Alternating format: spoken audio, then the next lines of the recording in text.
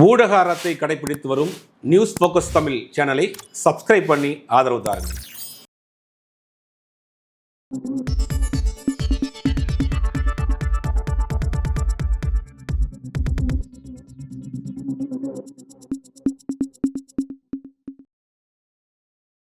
வணக்கம் சார். வணக்கம். ஏடிஎம்கேனுடைய விவகாரம் எப்படி போயிட்டுருக்கு அப்படின்னு பேச வேண்டியதாக இருக்குது. ஏடிஎம்கே எப்படி இனிமேல் அதாவது கூட்டணி வரமாட்டேன்னு சொல்லி பிஜேபியோட கூட்டணி வரமாட்டேன்னு சொல்லி ஏடிஎம்கே பேசிகிட்டு இருக்காங்க. குறிப்பாக இபிஎஸ் பேசுகிறான்றதை பார்க்குறோம். இப்போ எப்படி டெல்லி பாஜக ஏடிஎம்கே டீல் பண்ண போகுது அப்படின்னு பேச வேண்டியதாக இருக்குது. ரீசெண்டாக நடந்த முக்கியமான ஒரு ஈவெண்ட்டு வேலுமணி சம்மந்தப்பட்ட அவருடைய குடும்பத்தாருடைய திருமணம். அங்கே சில விஷயங்கள் நடந்ததாக சொல்லப்படுது. உண்மையிலே ஏடிஎம்கேக்குள்ளே என்ன போயிட்டுருக்கு, இந்த விஷயங்கள்லாம் எப்படி நீங்கள் பார்க்குறீங்க? அதிமுக இவ்வளவு பலகீனமானதுக்கு யார் காரணம்னு அதிமுக தொண்டர்கள் முதல்ல புரிஞ்சுக்கோங்க. 2014 இந்த பேசிட்டு நம்ம இது டீட்டெயிலுக்குள்ளே போவோம். 2014 மோடியா லேடியான்னு அந்த மாதிரி கேட்டாங்க. 37-38 தொகுதியில் ஜெயித்தாங்க. அதற்கு பிறகு ஆட்சிக்கு பாஜக வந்த உடனே அந்த கேஸ்லாம் வேகமாக முடிக்கப்பட்டு வழக்கு தீர்ப்பாகி பெங்களூரில் இருந்தாங்க 21 நாள். அதற்கு பிறகு ஒரு 2 வருஷம் கூட அவங்களால இருக்க முடியும். உடல்நிலை சரியில்லை, பல வழக்குகள், மன அழுத்தங்கள், அந்த மாதிரி மரணிச்சிட்டாங்கன்னு வச்சுக்கோங்களேன். அதற்கு பிறகு 2014 2024 இந்த 10 வருடம் அதிமுக எவ்வளோ பெரிய பிளவை சந்திச்சிருக்கு, எவ்வளோ பிரச்சனையை சந்திச்சிட்டு இருக்கு, ஏன் இவ்வளோ பாதாளத்தில் போயிட்டு இருக்கு, அந்த மாதிரி மறைவுக்கு பிறகு அப்படிங்கிறத பார்க்கணும். இதுக்கெல்லாம் யார் காரணம்? தமிழ்நாட்டில் ஒரு கட்சியை காலுன்றணும். அப்போ வலுவாக இருக்கக்கூடிய 2 கட்சிகள், அதில் ஒரு கட்சி ஈஸியாக தலைமை இல்லைனா அதை கேட்ச் பண்ணிடலாம் அப்படிங்கிற ஒரு நோக்கத்தோடு அவங்க பண்ணுறாங்க. அதனுடைய நீட்சி இன்றைக்கி வரைக்கும் போய்கிட்டே இருக்கு. தெரியும், அந்த மறைவுக்கு பிறகு சசிகலா பதவி ஏற்க போனாங்க. அதற்கு பிறகு அவங்க வேகமாக வழக்கு தீர்ப்பு சொல்லப்பட்டு அவங்க ஜெயிலுக்கு போனாங்க. அதற்கு பிறகு இபிஎஸ்ஸை முதலமைச்சர் ஆகினாங்க. அதுக்கு பிறகு ஓபிஎஸ் வெளியில் போனார். இந்த மாதிரி எல்லாம் நடந்த சம்பவங்கள்லாம் தெரியும். அதற்கு பிறகு 2021 தேர்தலில் அதிமுக பாஜக கூட்டணி அப்படின்னு அவங்க போட்டி போட்டாங்க. பெருசாக அவங்க வெற்றி பெற முடியல. அதிமுக பாஜக கூட்டணியில் இருந்த பல தேர்தல்கள் தோல்வியாக தான் முடிஞ்சது. தனியாக நின்று 2 பேருக்குமே தோல்வி தான் 24 தேர்தலில். இப்போ 2026 தேர்தலில், சட்டமன்ற தேர்தலில் அதிமுகவினுடைய வாக்கு வங்கி யாருக்கு அப்படிங்கிறதான் எல்லாருடைய கேள்வியும். பாஜக அதை பயன்படுத்த நினைக்கிறது அப்படிங்கிறது தான் உண்மை. 2021 தேர்தலில் கொங்கு பகுதிகளில் ஓரளவுக்கு கணிசமாக வாக்குகளை பாஜக வாங்குச்சு அப்படிங்கிறது அதிமுக ஓட்டும் சேர்ந்தது தான். 2024 அவர்கள் தனிப்பட்ட முறையில் நின்று ஜெயிச்ச கன்னியாகுமரியில் கூட அவங்களால ஜெயிக்க முடியல. தனிச்சு நின்று சில கட்சிகளை கூட்டணி சேர்த்துக்கிட்டு தனிச்சு நின்று கூட கன்னியாகுமரியில் அவங்களால ஜெயிக்க முடியல.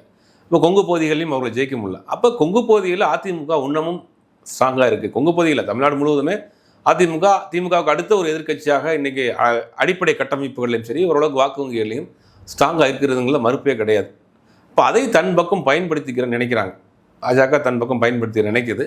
அதற்காக கூட்டணியை திருப்பி கொண்டு வரணும், அதே கூட்டணியே வரணும்னு முடிவு பண்ணுறாங்க. அதான் தேசிய ஜனநாயக கூட்டணி தலைமையிலான ஆட்சி தான் 26 அமித்ஷா அவர்கள் கூட பேசுகிறார். இதற்கு இபிஎஸ் வேணாம் அப்படிங்கிற ஒரு முடிவு எடுத்துருக்கார். ஏன்னா தமிழ்நாட்டை பொறுத்த வரைக்கும் சிறுபான்மை வாக்குகள், தலித் வாக்குகள் பிஜேபி கூட்டணியில் இருக்கிற பட்சத்தில் நமக்கு வராது. நமக்கு ஒரு முத்திரை விழுந்துடும். வேணாம், தனிச்சே நின்று பார்ப்போம், ஜெயிக்காட்டியும் பரவாயில்ல, எதிர்கட்சியாவது கொஞ்சம் நம்ம ஸ்டாண்டர்டாக இருக்கலாம் அப்படிங்கிற நம்மளை காப்பாற்றிக்கலாம். இது வரைக்கும் அப்படி தவழ்ந்து வந்தார், அவங்க அதிர்ஷ்டத்தில் வந்தார் அப்படிங்கிற ஒரு குற்றச்சாட்டு இருக்குது. தனிச்சு நின்று நான் ஜெயிக்காட்டியும் பரவாயில்ல, எதிர்கட்சியாக இருந்து கட்சியை காப்பாற்றிக்கிறணும், இந்த கட்சிக்கு நான் தான் லீடர்ஷிப் அப்படிங்கிறத உறுதிப்படுத்திடணும் அப்படிங்கிறத அவர் விரும்புகிறார். ஆனால் பாஜக எப்படி விடும்? உங்களுக்கு இவ்வளோ ஓட் பேங்க் உள்ள அடிப்படை கட்டமைப்பு உள்ள ஒரு கட்சி எப்படி விடுவாங்க? அப்போ இதை அடுத்த கட்டமாக என்ன செய்யலாம்? மகாராஷ்டிராவில் பண்ண அதே ஃபார்முலாவை இங்கே கையில் எடுக்கலாமா அப்படின்னு பார்க்க. இப்போ இது வச்சுக்கோங்க, இன்னொரு அடுத்த மாதத்துலேருந்து 10 மாதம் கரெக்டாக தேர்தல். தமிழ்நாட்டில் அவங்க முழுவதுமாக கவனம் செலுத்த ஆரம்பிப்பாங்க. பல கட்சிகளை உடைப்பாங்க. இருக்கிற கட்சிகளுடைய தலைவர்கள் மீது வழக்குகள் பாயும். பல்வேறு புது பிரச்சனைகள். இப்போ ஒரிசாவில் எப்படி தமிழ்நாட்டினுடைய சாவி அங்கே தான் இருக்குது, புரி ஜெகநாதனுடைய சாவி அங்கே இருக்குங்கிற மாதிரி சென்டிமெண்ட் ஆஃப் சில பிரச்சனைகள், ஸ்பிரிச்சுவலாக சில பிரச்சனை எல்லாத்தையுமே இங்கே அவங்க கொண்டு வர்றதுக்கு அவங்க தயாராக இருப்பாங்க. எல்லா தேர்தலில் எல்லா மாநிலத்திலையும் அவங்களுடைய ஸ்டைல் அப்படி தான். அப்போ தான் ஆப்ரேஷன் ஏடிஎம்கேன்னு ஆரம்பிச்சிட்டாங்களா என்னன்னு தெரியல. சமீபத்தில் வேலுமணியுடைய இல்ல திருமணத்தில் பார்த்தீங்கன்னா முழுக்க பாஜக நிர்வாகிகள் பெரும்பாலானவர்கள் அட்டன் பண்ணியிருக்காங்க. தமிழிசை சவுந்தரராஜனாக இருக்கட்டும், அண்ணாமலையாக இருக்கட்டும், எல்முருகனாக இருக்கட்டும், மற்ற பெரும்பாலான ஆட்கள் தான். அது அதிமுக கட்சி நிர்வாகியினுடைய திருமணத்தை காட்டிலும் பிஜேபி நிர்வாகி வீடு திருமணமாக தான் இருந்துச்சு. அதில் எடப்பாடி பழனிசாமி போல, சிபி சண்முகம் போல, ஜெயக்குமார் போல, கேபி முனுசாமி போல அப்படிங்கும்போது மிகப்பெரிய ஒரு சந்தேகத்தை ஏற்படுத்தியிருக்கு. அதற்கு முன்னாடி இந்த சிவராத்திரியில் வந்த உள்துறை அமைச்சர் அமித்ஷாவை சந்திச்சு ஒரு 10 நிமிஷத்துக்கு மேலே பேசியிருக்கிறாரு. அப்படிங்கும்போது எஸ்பி வேலுமணியை பொறுத்த வரைக்கும் கொங்கு பகுதியில் பாஜக தன் பக்கம் இருக்குன்னு நினைக்கிறார். அது கொஞ்சம் கோயம்புத்தூர் ஒரு சிட்டி ஏரியாவில் கொஞ்சம் பாஜக கொஞ்சம் செல்வாக்கு இருக்கிறோம், அதை பயன்படுத்திக்கிறோம்னு நினைக்கிறாரு. அப்போ ஒருவேளை பாஜக கூட்டணிக்கு அதிமுக வராத பட்சத்தில் நம் தலைமையில் ஒரு ஏக்நாத் ஷிண்டே மாதிரி, மகாராஷ்டிராவினுடைய ஏக்நாத் ஷிண்டே மாதிரி தமிழ்நாட்டின் ஏக்நாத் ஷிண்டேவா வேலுமணியை இறக்குறதுக்கு தயாராகிட்டாங்களோ அப்படிங்கிற ஒரு சந்தேகம் எல்லாருக்கும் பரவலாக விழுந்திருக்கு. அதன் நீட்சியாக தான் இந்த விஷயங்கள் நடந்துகிட்டு இருக்கிறதாக வருது. சார், அது ரொம்ப மெய்யான ஒப்பீடாக இருக்குது. கடந்த காலத்தில் பேசப்பட்ட ஒரு விஷயம் தான். ஆனால் அது பேசப்பட்ட ஒரு விஷயம் தான். அதுக்கான பாசிபிலிட்டிஸ் வந்து இப்போ வந்து இல்லை அப்படின்னு சொல்லி பலரும் சொல்கிறாங்க. காரணம் என்னென்னா, ஆல்ரெடியே வந்து ஏடிஎம்கே பல ஃபேக்டர் உடஞ்சிருக்கு. இதில் இன்னொரு ஒரு பிளவா அப்படின்னும்போது, ஏன்னா பாஜக வந்து பிளவுபட்ட ஏடிஎம்கே கூட்டணிக்கு வர விரும்பல, ஒன்றிணைஞ்ச ஏடிஎம்கே வரணும் தான் விரும்புகிறாங்க. அப்படி இருக்கும்போது இப்போ இபிஎஸ்ஸை கழட்டி விட்டுட்டு எஸ்பி வேலுமணி தலைமையில் இன்னொரு பிளவு அப்படின்னு போகும்போது அது இன்னும் வந்து சிக்கலை உண்டாக்கும். பாஜகவை பொறுத்தவரை தமிழ்நாட்டில் திமுக விஸ் பாஜக, அதைத்தான் அவங்க வந்து அதிமுக பலமாறுது அவங்க இன்னைக்கு விரும்ப மாட்டாங்க. திமுக வர்சஸ் பாஜகவா? ஆமாம், இதை ஒப்பிட்டு இல்லை, திமுக விஸ் பாஜகங்கிற ஒரு அரசியலை தான் தமிழ்நாட்டில் செய்யணும். திமுக இல்லாட்டி பாஜக அப்படிங்கிற அரசியல் தான், அப்படிங்கிற ஒரு முடிவை தான் அவங்க ரொம்ப நாளாக அந்த ஒரு பிளான் தான். திமுக ஆளும் கட்சி, பாஜக எதிர்கட்சி அப்படிங்கிற குறைந்தபட்சம் எதிர்கட்சி, அதுக்கடுத்த வருஷம் ஆட்சி பிடிப்போங்கிற அளவு கூட இங்கே அவங்க முயற்சி பண்ணலாம். பட் அதுதான் அவங்களுடைய பிளான். அதுக்கு வந்து அதிமுக பலமாக இருந்தால் அவங்களுக்கு வந்து 3வது இடத்துல பாஜக இருக்கும். 2ஆம் இடத்துல பிரதான கட்சியாக பாஜக வர்றதுக்கு வாய்ப்பு இல்லையே. அப்போ அந்த வேலையை அவங்க செய்கிறதுக்கு தயாராகிட்டாங்க. அதனுடைய இதுதான் இந்த விஷயங்கள்லாம் பார்க்க வேண்டியது இருக்குது. இல்லை, இப்போ நீங்கள் சொல்லக்கூடிய அந்த விஷயங்கள் அப்படிங்கிறது வந்து இடையில அச்சு ஊடகம் எழுத ஆரம்பித்தாங்க. நீங்கள் சொன்ன மாதிரி வந்து எஸ்பி வேலுமணி வந்து கோயம்புத்தூர் வந்து அந்த அமித்ஷாவை சந்தித்து பேசினார், சில விஷயங்கள் டிஸ்கஸ் பண்ணான்னு சொல்லி சொல்லப்பட்டதான். இப்போ வந்து அந்த ஒரு எக்ஸ்ட்ரீம் லெவலுக்கு இது நகருமான்ற ஒரு கேள்வி இருக்குது. ஒன்று, ஏன் அப்படின்னா எடப்பாடி பழனிசாமி வந்து ஆமாம் கட்சிக்குள்ளே வந்து அவர் தான் வந்து பிஜேபி எதிர்ப்புன்ற உறுதியாக இருக்கார். அவரை தாண்டி அவர் கூட சில தலைவர்கள் அவருக்கு எதிராக பாஜகவோட சேரணும்னு சொல்லி சில தலைவர்கள் இருக்காங்க, எல்லாம் ஓகே. பட் வந்து பாஜக பொறுத்த வரைக்கும் அது எப்படி இதை டீல் பண்ணும் அப்படின்னு பேச வேண்டிய இடத்துல வரும் பொழுது அதை பிளவுபடுத்தி இதை கொண்டு போகிறதா, இவரை இன்னும் கழட்டி விட்டுட்டு கொண்டு போகிறதா அப்படின்னு ஒரு விஷயம். இன்னொன்று, already SP Velumani already Edappadi Palaniswami தொடர்பான வழக்குகள் சில தான் பெண்டிங் இருக்குது. இந்த வழக்குகளை டைட் பண்ணுறது மூலமாகவே நம்ம அந்த பிரச்சனை சரி பண்ணிடலாமே, எதுக்கு இப்படி ஒரு பிளவு நோக்கி போகணும், அது வாய்ப்பு இல்லை அப்படின்னு சொல்லப்படுது. அது நீங்கள் எப்படி பார்க்குறீங்க? இல்லை, அதுவும் அந்த முயற்சியும் எடுப்பாங்க. வழக்குகள் டெண்டர் வழக்கு சுப்ரீம் கோர்ட்டில் பெண்டிங்கில் இருக்குது. அவர் சம்மந்தப்பட்ட பல உறவினர்கள் மீது ஈடு வழக்குகள் இருக்குது. சம்பந்தியர் வீட்டிலேயே ஈடு வழக்குகள்லாம் இருக்குது, ஈடி வழக்குகள்லாம் இருக்குது. அது அந்த சைட்லேயும் நெருக்கடி கொடுப்பாங்க. இவர் என்ன முடிவு எடுக்க போகிறார் எடப்பாடி பழனிசாமிங்கிறது அவருக்கு தான் தெரியும். இப்படி ஒரு நீங்கள் இந்த பக்கம் வரலன்னா கட்சியை நாங்கள் பிளவுபடுத்துறதுக்கு தயாராக இருக்கோம். பார்த்தீங்களா இத்தனை கூட்டத்தை, வழக்குகள் பார்த்தீங்களா, இப்போ உங்கள் முடிவு என்ன? அப்படி முடிவு இப்போ எடப்பாடி கையில் தான் இருக்குது. அவர் எந்த முடிவு எடுக்க போகிறார், கட்சியை காப்பாற்றிக்கிற போகிறார், தன்னை காப்பாற்றிக்கிற போகிறாரா அப்படிங்கிறது அவர் கையில் தான் இருக்குது. அவர் என்ன முடிவு எடுக்க போகிறாருங்கிறது தான். ஆனால் எப்படியோ சரி, அதிமுக பாஜக ஒருங்கிணைந்த அதிமுக பாஜக இப்போ இருக்கக்கூடிய அதிமுக எடப்பாடி தலைமையிலான அதிமுக பாஜக கூட்டணியில் சேர்ந்தாலுமே ஒரு குரூப் வெளியில் உயர்வதற்கு தயாராக இருக்குது. அதிமுகவை பாஜக கூட்டணியை ஆதரிப்பதற்கு ஒரு கூட்டம் இருக்கிறாங்க அதிமுகவில், பாஜக கூட்டணியை எதிர்ப்பதற்கும் ஒரு கூட்டம் இருக்காங்க. அப்படி எது நடந்தாலுமே ஒரு பிளவு இருக்குது கண்டிப்பாக. இல்லை, அந்த பாஜக கூட இணைஞ்சா எதிர்க்கக்கூடிய ஒரு கூட்டம், அந்த கூட்டத்தின் தலைவராக தான் இபிஎஸ் இருக்காரா? கூட்டத்தின் தலைவராக இல்லை, அது பெரும்பாலானவர்களுடைய கருத்தாக இருக்குது. தொண்டர்கள், அடிமட்ட தொண்டர்களோட பாஜக கூட சேர்ந்தா நம்ம ஓட்டு கிடைக்காது. ஏகுமார் போன்றவர்கள்லாம் ஓப்பனாகவே சொல்கிறாங்க, நான் தோற்று போனது காரணமே பாஜக கூட்டணி தாங்க, இல்லை நான் தொகுதியில் ராஜா மாதிரி இருந்தேன், பல முறை ஜெயிச்சிருக்கேன், 30,000 ஓட்டு முஸ்லீம் ஓட்டு தலித் ஓட்டு போச்சு எனக்கு அப்படின்னு ஓப்பனாக சொல்கிறார். இது அடிமட்ட தொண்டர்கள் மத்தியில் ஒரு பாஜக வச்சு நம்ம போய் நம்ம வந்து ஓட்டு கேட்க முடியாது, சில இடங்களுக்கு போக முடியாதுங்கிறது அவங்களுக்கு தெரியுது. அப்போ அதெல்லாம் அவங்க கணக்கு பண்ணி பார்க்குறப்ப அதிமுக பாஜக கூட்டணி இபிஎஸ் தலைமையில் ஏற்பட்டாலும் கூட ஒரு கூட்டம் வெளியில் போவதற்கு வாய்ப்பு இருக்குது. சேர்ந்தாலும் பிரச்சனை, சேராட்டியும் பிரச்சனை, அந்த மாதிரி இக்கட்டான ஒரு சூழ்நிலை தான் இப்போ இருக்குது அதிமுக இருக்குது. சார், எனக்கு இன்னொரு டவுட். இப்போ என்னென்னா, எடப்பாடி பழனிசாமி தீவிரமாக பாஜகவுடைய சித்தாந்தத்தை எதிர்க்க மாட்டேங்கிறார், கூட்டணி இல்லை அப்படிங்கிறத மட்டும் தான் சொல்கிறார், தெளிவாக சொல்கிறார். ஒன்று. ரெண்டாவது என்னென்னா, கட்சிக்குள்ளேயே வந்து சில சீனியர்ஸ்கள், நிறைய சீனியர்கள் வந்து பாஜக ஆதரவு நிலைப்பாடு எடுக்கிறாங்க, இவருக்கு எதிரான நிலைப்பாடு எடுக்கிறாங்க. அவர் வந்து இப்போ எதுக்காக வந்து ஒரே நேரத்தில் கட்சியினுடைய சீனியர்ஸும் பகச்சிக்கிட்டு பாஜகவுடைய கொள்கையும் விமர்சனம் பண்ண முடியாமல், இஸ்லாமியர்களுடைய விஷயத்தையும் அவங்களுக்கு நம்பிக்கை ஏற்படுத்தி கொடுக்க முடியாமல், ஏன் வந்து ஒரு இக்கட்டான நிலைமையில எதுக்காக இப்படி ஒரு வித்தியாசமான இடத்துல நின்றுக்கிட்டு பாஜக எதிர்க்கிறாரு? இந்த அளவுக்கு பிடிவாதம் பிடிக்க காரணம் என்ன? பிடிவாதம் பிடிக்க காரணம் 2026 ஆட்சி வரணும். சரி, அது ஸ்ட்ராட்டஜி, அதுக்கு வாய்ப்பா? வாக்குகளை நம்ம வந்து மிஸ் பண்ணிடக்கூடாது, அதுவும் ஒரு காரணம். இல்லை, இப்போ இதே வந்து பயணிச்சா 26 ஆட்சி பிடிக்க முடியுமான்னு கேட்குறேன். அதாவது வாய்ப்பே இல்லை. 26 அவங்களுக்கு வந்து அதிமுக வந்து எந்த பக்கம் போனாலுமே சிக்கல் தான். இப்போ அதிமுக பாஜக கூட்டணி ஏற்பட்டாலுமே அதிமுகவில் ஒரு பிளவு கண்டிப்பாக ஏற்படும், அது மாற்று கருத்து கிடையாது. ஆனால் எந்த பக்கம் போனாலுமே வேணான்னு சொல்லி தனியாக இருந்தால் கட்சி உடையும். வழக்குகள் தீவிரப்படுத்த போகிறோம், எல்லாமே இருக்குது. அப்போ எப்படி இருந்தாலுமே போன வாரம் வரைக்கும் அதிமுக பாஜக விமர்சனம் பண்ணிட்டு இருந்தவங்க எப்படி ஓட்டு கேட்டு போவாங்க? அப்படிங்கும்போது இவர் வந்து தன்னை காப்பாற்றிக்கிறதும் கட்சியை காப்பாற்றிக்கிறதும் முயற்சி பண்ணுறார். இபிஎஸ் வந்து தன்னை ஒரு தலைவராக ஆக்கிக் கொள்வதற்கு, அடுத்து ஆட்சி அதிகாரத்தில் உட்கார்றதுக்கு வாக்கு வங்கி வேணும், குறிப்பிட்ட சதவீத வாக்கு நமக்கு வேணும் அப்படின்னா எல்லா தரப்பு மக்களும் ஓட்டு போட்டால் தான் நம்ம முதலமைச்சர் ஆக முடியும், அதை மெயின்டைன் பண்ணணுங்கிறதுக்காக சில விஷயங்கள் பண்ணுறாரு. தேனியில் நடந்த அந்த மீட்டிங்கில் கூட அவர் பேசியிருக்காரு, நாங்களும் அவங்களை கட்சியை விட்டு போக சொன்னோம் அப்படின்னு அந்த மக்களை கூல் பண்ணக்கூடிய விஷயத்தில் அங்கே பேசுகிறார். இருந்தாலும் அங்கே பெருசாக அதை எடுபடலை. அப்போ அவர் முயற்சி பண்ணுறார், எல்லா தரப்பு வாக்குகளும் நமக்கு இருந்தால் தான் அவர் முதலமைச்சராக வர முடியும் அப்படிங்கிறதுக்கு உண்டான முயற்சி பண்ணுறார். அந்த முயற்சி வந்து பலனளிக்காமல் போய்கிட்டே இருக்குது. இல்லை, இவர் ஆட்சிக்கு வரணும்னு விரும்புகிறாரு, கட்சி தக்க வைக்கணும்னு விரும்புகிறாரு, தன்னோட இடத்தையும் தக்க வைக்கணும்னு விரும்புகிறார். இதெல்லாம் வந்து அவர் முயற்சி பண்ணுறாரு. இந்த முயற்சிகள் அவ்வளவும் பாஜகவை பக்கத்தில் வச்சுட்டு செய்ய முடியாதா? ஏன் வந்து வேண்டாம் அவங்கள தள்ளி இருக்கணும்னு சொல்லி வச்சுட்டு ஏன் அந்த முயற்சி மாதிரி? தமிழ்நாட்டில் பாஜகவுக்கு ஒரு முத்திரை இருக்குல்ல உங்களுக்கு, அதை வச்சுட்டு எப்படி நீங்கள் செய்ய முடியும்? பாஜக உள்ளே வந்துருச்சுன்னா ஆட்டோமேட்டிக்காக வந்து உங்களுக்கு சிறுபான்மை வாக்குகள் வெளியே போயிடும், தலித்து வாக்குகள் வெளியே போயிடும், காமனாக இருக்கக்கூடிய அந்த தமிழ் உணர்வாளர்கள் அந்த மாதிரியான வாக்குகள் வெளியில் போயிடும்.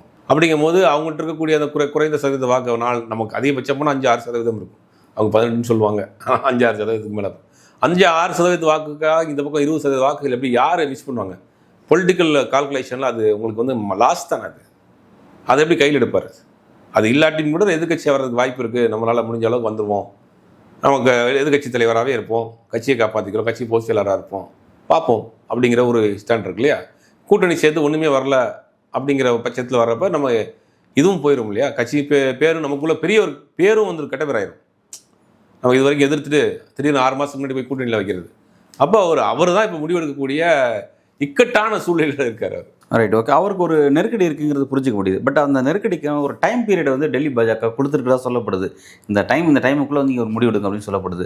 என்ன தான் யோசிக்கிறார் இபிஎஸ் இந்த விஷயத்தை பார்த்து? இப்போ அவருக்கு ஒரு டைம் இருக்குது, டைம் பீரியடில் என்ன யோசிக்கிறார்? பாஜகவோட போகலாமா இல்லை கடைசியில் வந்து பாஜகவோட போய் அங்கே சரண்டராக தவிர ஒரு வழி கிடையாது.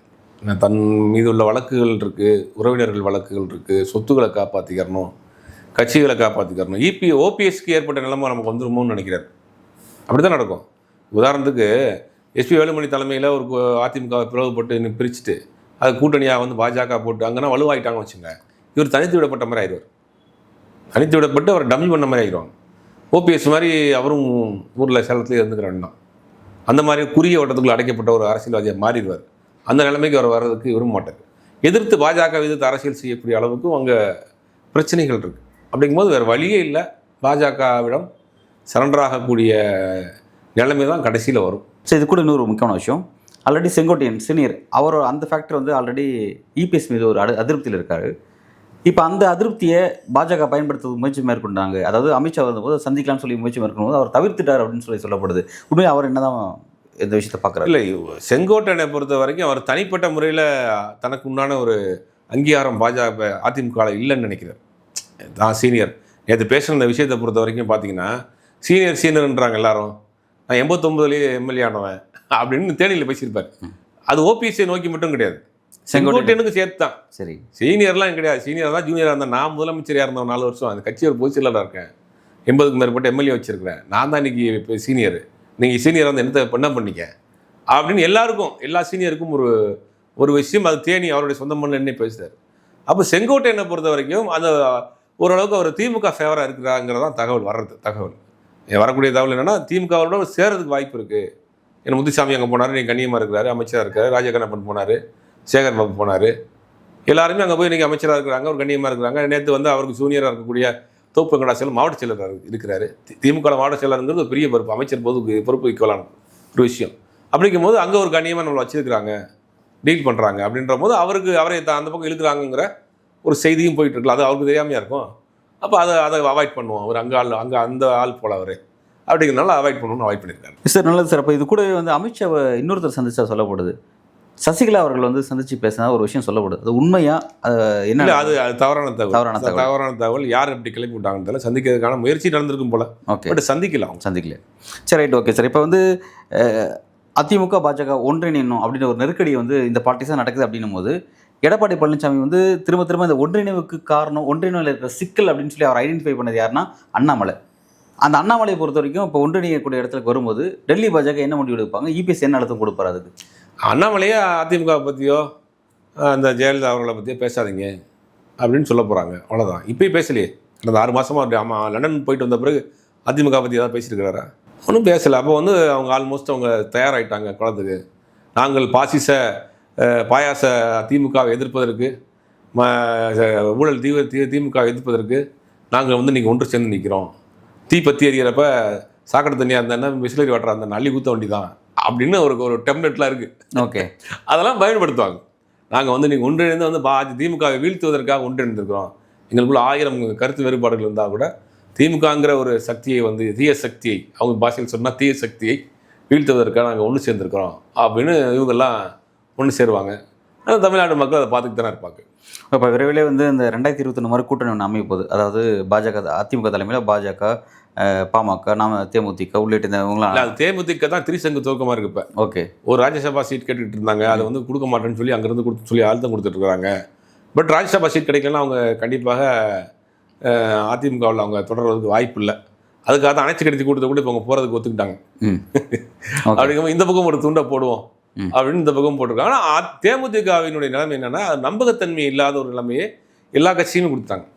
அதுதான் சிக்கல். இப்போ ராஜ்யசபா கொடுத்து தேமுதிகவை அதிமுக வச்சுக்கலாம், பயன்படுத்தலாம். ஆனால் அவங்க என்னன்னா, இவங்க கடைசி நேரத்தில் ஏதாவது பண்ணிட்டு போயிட்டாங்கன்னா சிக்கல், எந்த வேணாலும் முடிவு எடுக்கக்கூடிய நபர்கள் தான் அப்படிங்கிற நம்பகத்தன்மையை அந்த கட்சி கொஞ்சம் கொஞ்சமாக இழந்துக்கிட்டு இருக்கு.